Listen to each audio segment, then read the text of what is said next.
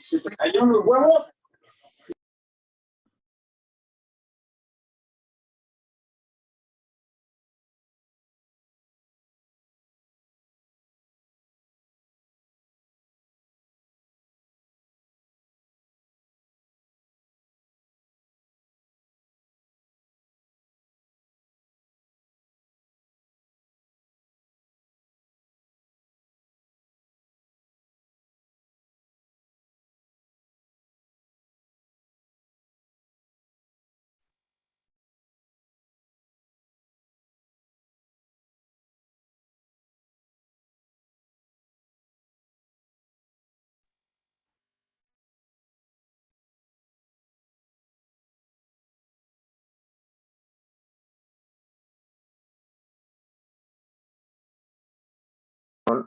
Gracias. A ver ahí.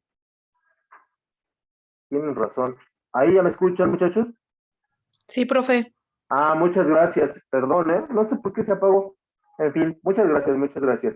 Bueno, vamos a compartir pantalla porque me parece que ya estamos todos. Todos. Nada más déjenme ver si hay alguien que falte, ¿no? Parece que estamos todos. A ver si alguien más se va integrando. Y acá está.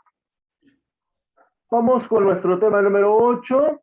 Les dejé de tarea el tema número 7, así que para que no tengamos ahí dificultades en de qué va este tema. Vamos a iniciar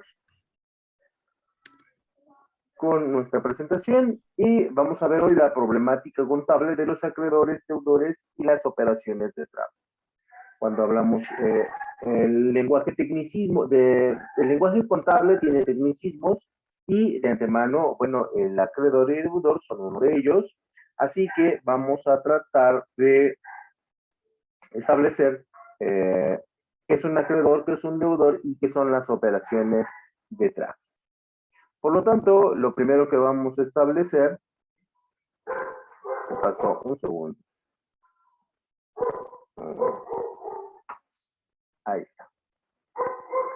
Lo que son las cuentas por cobrar, los clientes y los deudores diversos. Y en ese sentido, ahora sí, decimos que están representadas un conjunto de derechos a favor de una empresa frente a terceros por la prestación previa de un servicio o la venta de un producto. Por tanto, las cuentas por cobrar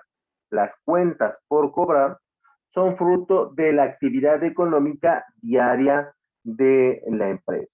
Y esto implica que una cuenta por cobrar es algo que nosotros vendimos que se nos puede pagar en un futuro cercano o en un periodo un poquito más extendido de tiempo. Así que lo primero que tenemos que establecer es que una cuenta por cobrar emana o surge de lo que nosotros conocemos como las ventas. Todo lo que son las cuentas por cobrar representan un crédito que la empresa concede a sus clientes o contribuyendo así a financiar la actividad económica que ellos desarrollan.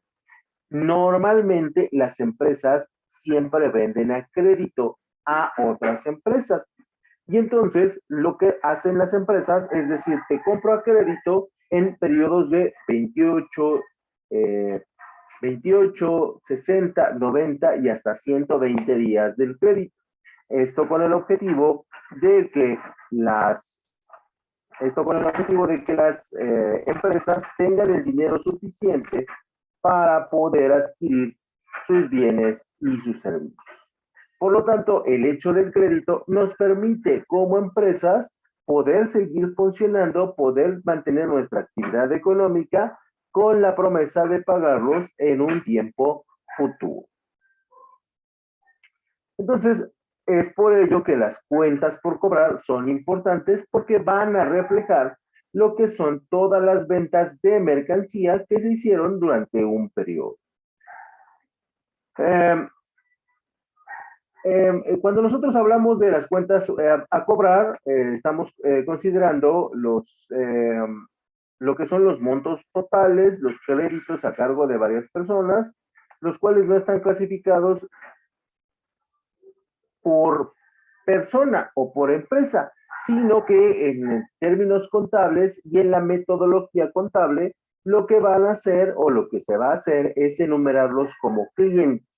Todo cliente que nos pague o todo cliente que nos pague en futuro se considera una cuenta por cobrar.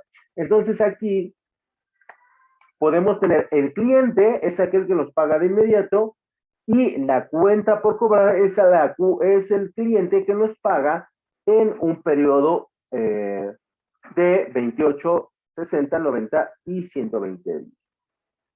Contablemente el término de clientes se refiere a las personas físicas o jurídicas que adquieren bienes o servicios de un empresario, y los clientes, a diferencia de los deudores, adquieren bienes y servicios que provienen de la actividad principal de la empresa. ¿Sale? ¿Qué quiere decir esto? Que si llega una persona y compra un producto al cual yo me dedico o que es mi actividad principal, entonces lo voy a denominar cliente. ¿Sale? Podemos tener clientes al menudeo, clientes al medio mayoreo o clientes al mayoreo, y ellos van a adquirir los productos que consideren más atractivos que ofrecen las empresas. Por lo tanto, los clientes son importantes desde el punto de vista contable porque van ingresando dinero a el negocio o al patrimonio de la misma. La clasificación de los clientes como de los deudores de cobro depende del empresario, por lo que es necesario establecer qué tipo de artículos les vamos a vender, qué tipo de crédito o qué tipo de forma de pago nos van a dar para establecer si es un cliente o si es una deuda que nosotros tenemos que cobrar. ¿Estamos de acuerdo? Porque en la empresa se formulan muchas formas de adquirir las mercancías, de adquirir los bienes, y que no todos los bienes que vende la empresa son los productos terminados de la misma. En consecuencia, la clasificación de un cliente como un deudor de cobro se debe producir antes del vencimiento del crédito. ¿Qué quiere decir esto?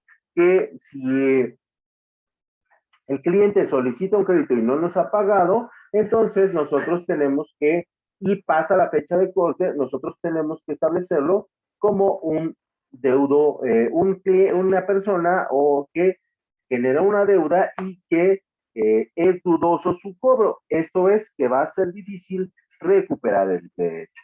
Entonces, en ese sentido, hay muchas clasificaciones de los clientes a partir de las condiciones en las que él va a adquirir el producto o el servicio que la empresa esté vendiendo.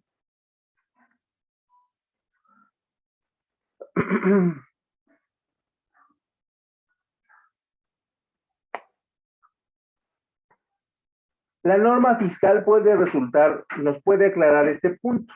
Habiendo transcurrido el plazo de 6 meses desde el vencimiento de la obligación de pago, el deudor ha sido declarado en situación de concurso. Esto es que ya no nos va a pagar seguramente después de 6 meses. Si el deudor está en proceso de delito o en un proceso judicial, lo más seguro es que este ya no nos va a pagar, y por lo tanto, entonces lo debemos considerar como un cliente que ya va a generar una deuda con nosotros y que seguramente nosotros tendremos que establecer un proceso judicial para recuperar nuestro dinero. Y entonces, en ese sentido, sabemos que ese cliente ya lo más seguro es que se declare insolvente, que ya no nos pueda pagar y que por lo tanto tendremos que recurrir a la parte judicial para que él pueda realizar el pago.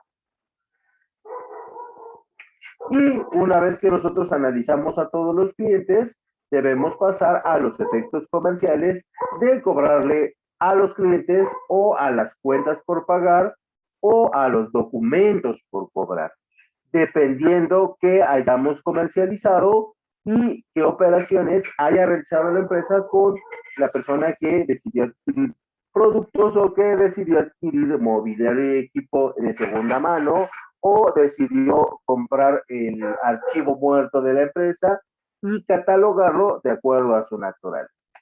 Por lo tanto, los efectos comerciales a cobrar o los conocidos como los PNR son documentos recibidos de un cliente con el compromiso de pagar el importe pendiente después de cierto periodo de tiempo, lo que ustedes por obligación legal y por procedimiento administrativo deben ubicar dentro de un pagaré.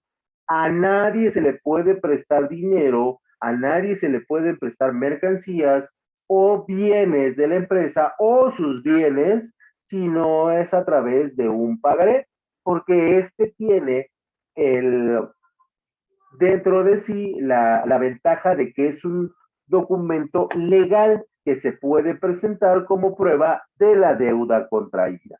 Si ustedes presentan una letra de cambio, es un documento, pero no se le considera legal. Y a diferencia del pagaré, que sí lo hace y que en el momento de la impartición de justicia sí se considera una prueba válida para determinar la culpabilidad o la inocencia. Una vez que hemos hablado de este punto, si crea un PNR, la entrada de facturas pendientes es sustituida por el documento de pago. Estos PNR pueden ser endosados o descontados. Esto es, cuando me va pagando, yo voy sustituyendo el documento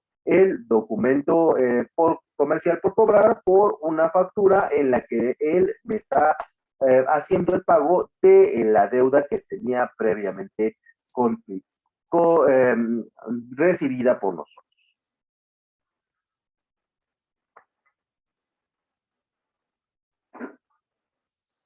Una vez que nosotros cobramos, una vez que ustedes cobran, se reflejan los derechos de la empresa, se reflejan los derechos que tiene la empresa por cobrar, representados por letras de cambio, pagaré, como hemos dicho, y los efectos por cobrar pueden ser enviados al cobro o enviados al descuento, porque muchas empresas, para recuperar el dinero, le dicen al deudor, ¿sabes qué? Me debes 10 pesos, mira, si me pagas 8 en este momento, pues hay que quede la deuda. Y entonces estás haciendo un descuento para recuperar una parte del dinero que se te debe. No es lo mejor, no es la opción número uno, pero está dentro de las posibilidades que pueden tener las empresas para recuperar el dinero que se les tiene, bueno, que el cliente no pudo pagar.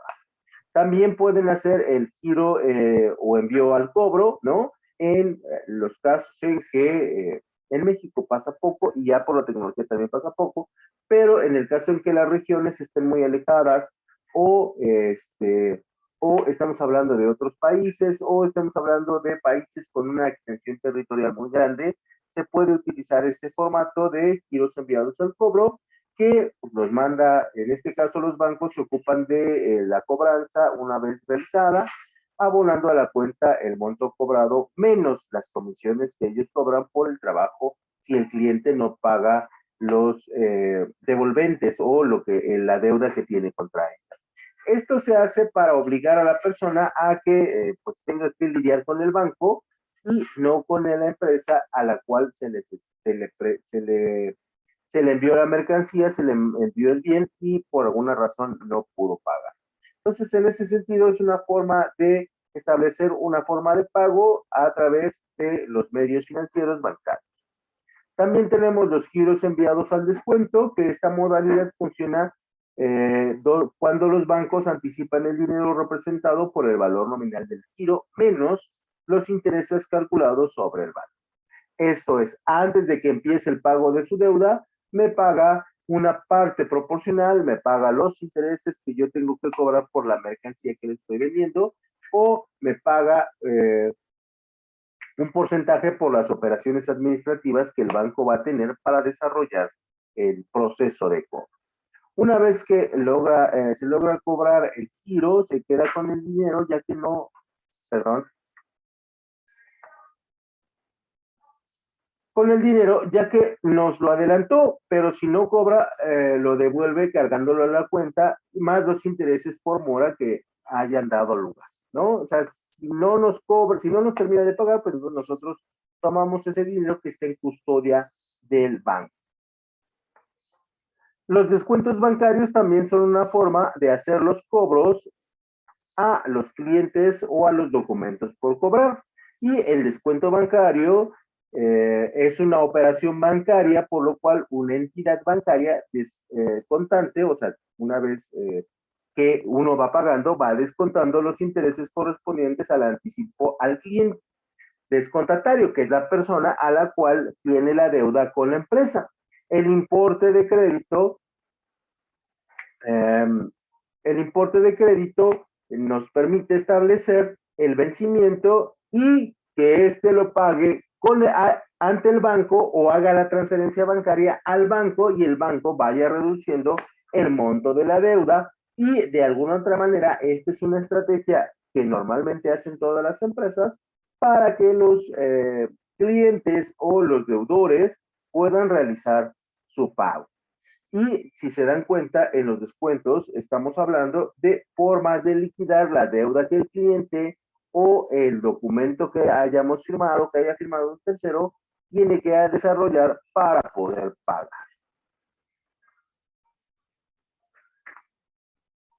El objetivo de las operaciones pueden ser cualquier tipo de crédito no vencido que el cliente descontatario, que así se le conoce, ostenta frente a un tercero.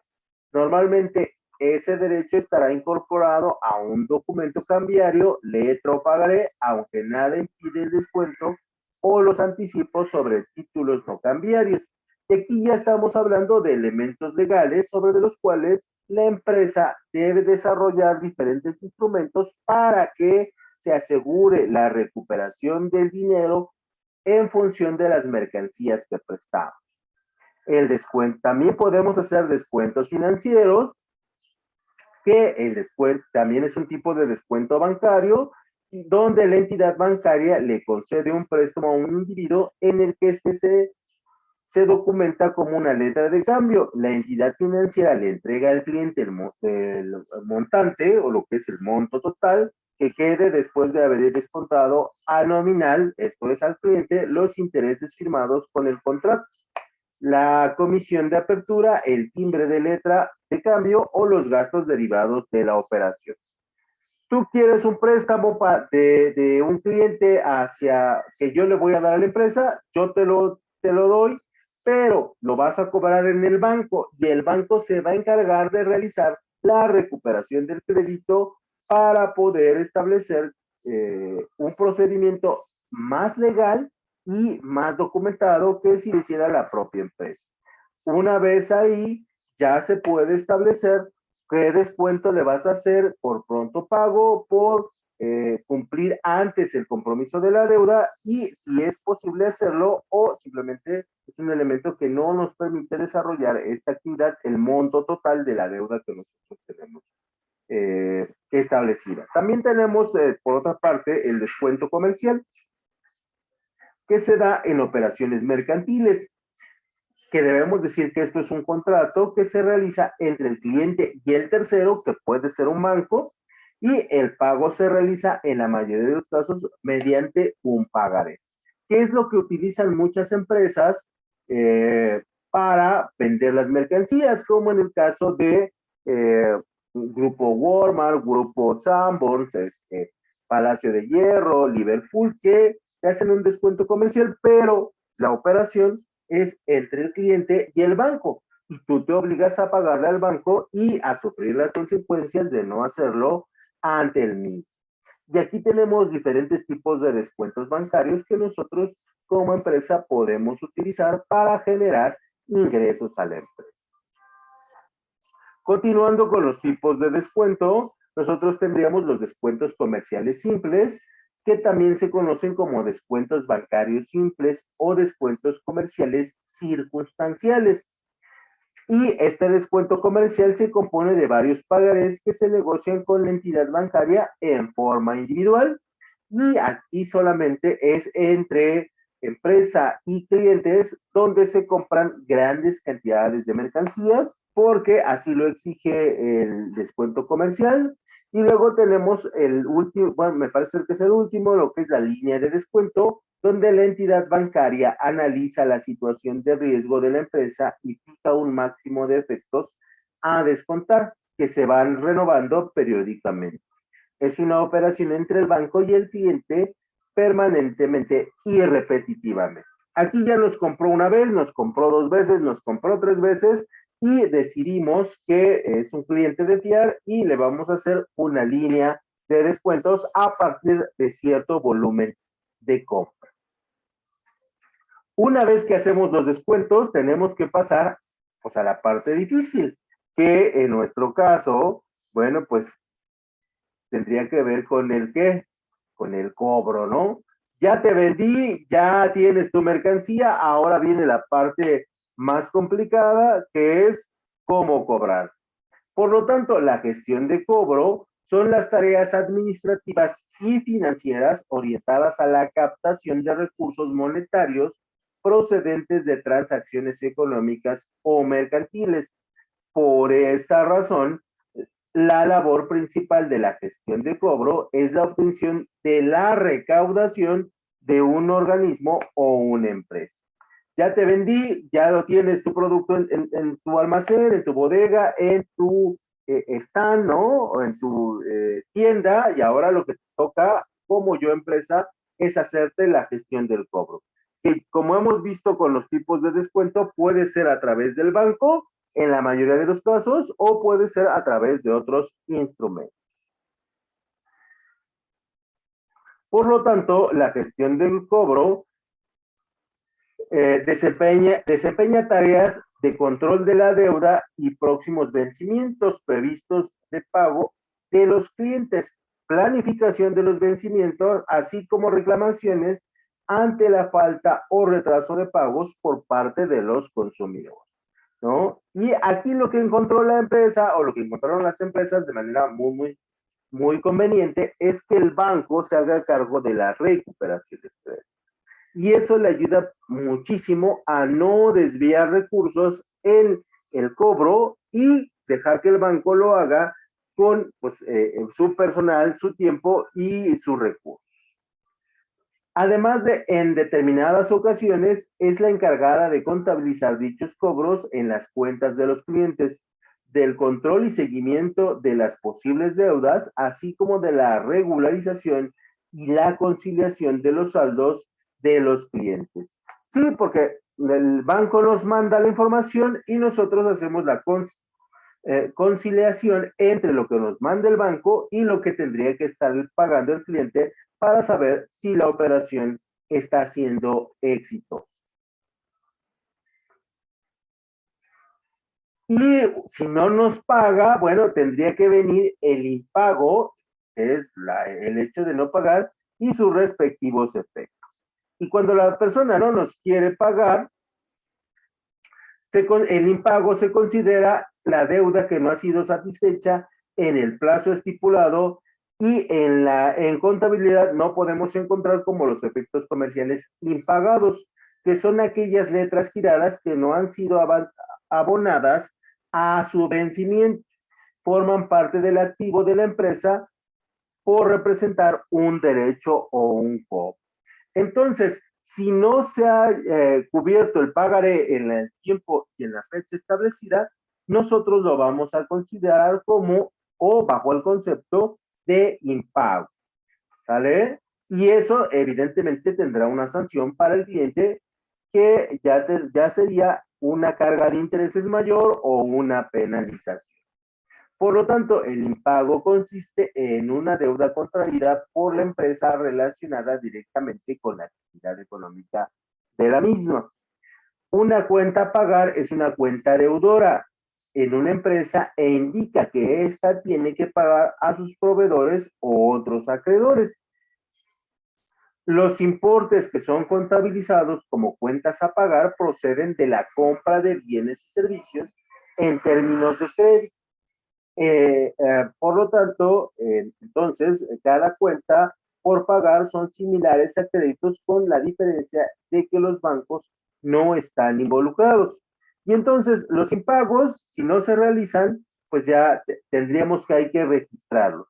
Y una vez que han hecho el pago, entonces nosotros lo consideramos una cuenta por pagar, proveniente de la transacción que tiene la empresa con con un proveedor para satisfacer sus necesidades. Y ya pasando del otro lado, cuando nosotros solicitamos mercancías o bienes, nosotros estaríamos hablando de un proveedor, que puede ser una persona o una empresa que abastece a otra empresa con existencias y bienes articulados, principalmente los cuales serán transformados para venderlos posteriormente o que directamente se compran para su venta. ¿Sale? Los proveedores son súper importantes en el desarrollo y vida de las empresas porque de ellos depende las materias primas, los componentes y todos aquellos elementos materiales que hacen girar a la empresa para que ésta funcione correctamente.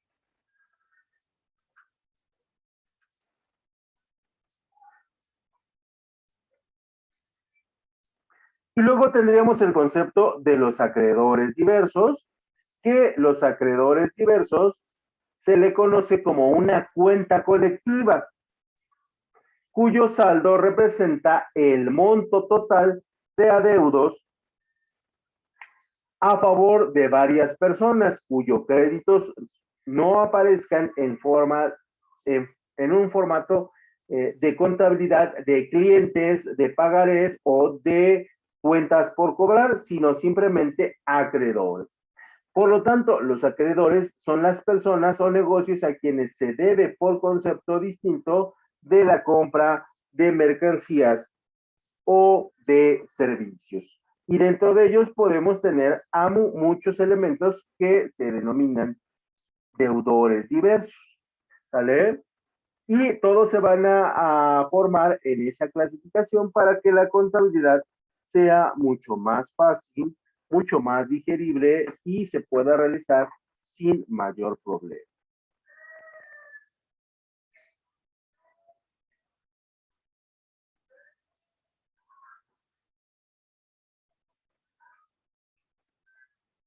Y ya dejando de lado lo que es los acreedores, los deudores, las cuentas por pagar o por cobrar y los impagos, pasaríamos al tema del tratamiento contable de las diferentes monedas extranjeras en créditos y débitos.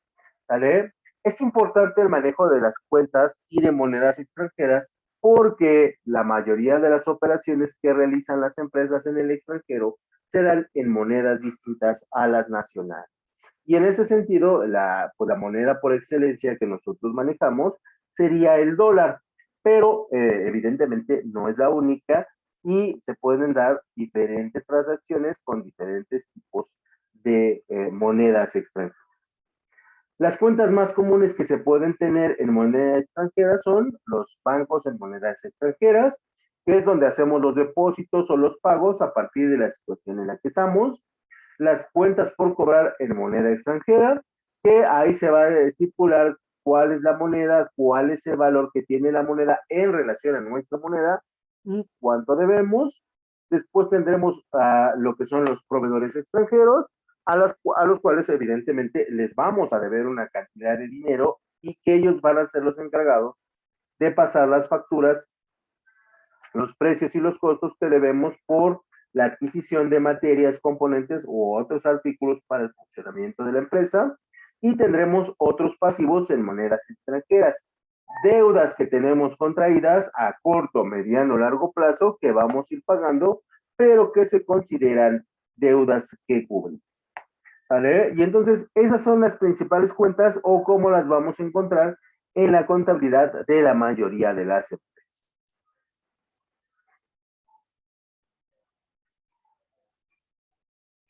Como se puede identificar, estas cuentas pertenecen al balance y es que las cuentas de resultados no es necesario clasificarlas por tipo de moneda, porque no se ven afectadas en las variaciones en el tipo de cambio. ¿Vale? Sin embargo, en los estados de resultados necesitamos una cuenta donde se registren las diferencias que se producen por las variaciones del tipo de cuenta. Esto es, no va a haber una cuenta en los balances de monedas extranjeras, pero sí va a haber una cuenta de variaciones por transacciones financieras en diferentes países. Y una vez que nosotros las tengamos registrados, podemos identificar cuántas mercancías compramos y adquirimos con moneda extranjera o con la conversión de la misma. Una vez que nosotros establecemos esto, nosotros tenemos que establecer que el registro contable en moneda extranjera debe estar bien determinado bajo un procedimiento contable que se puede dividir en 3 momentos. El reconocimiento inicial, cuando nosotros vamos a hacer la compra y estamos consolidando el contrato de compra-venta. 2, a la fecha del cierre, donde nosotros tendríamos la posibilidad de establecer cuándo llegó la mercancía, cómo llegó la mercancía y para qué fue utilizada. Y tercero, la fecha de realización, cuando nosotros pagamos en la totalidad la mercancía que hemos adquirido en función del crédito que teníamos solicitado. Y esos son los 3 principales procedimientos que nosotros utilizamos para registrar los elementos contables. Y eso sería todo por mi parte, muchachos. No sé si tengan alguna duda. Me quise ir un poquito rápido porque la verdad este tema es solamente informativo porque todavía no lo podemos identificar hasta que no hagamos nuestros respectivos ejercicios. ¿Dudas? Hablen ahora, callen para siempre.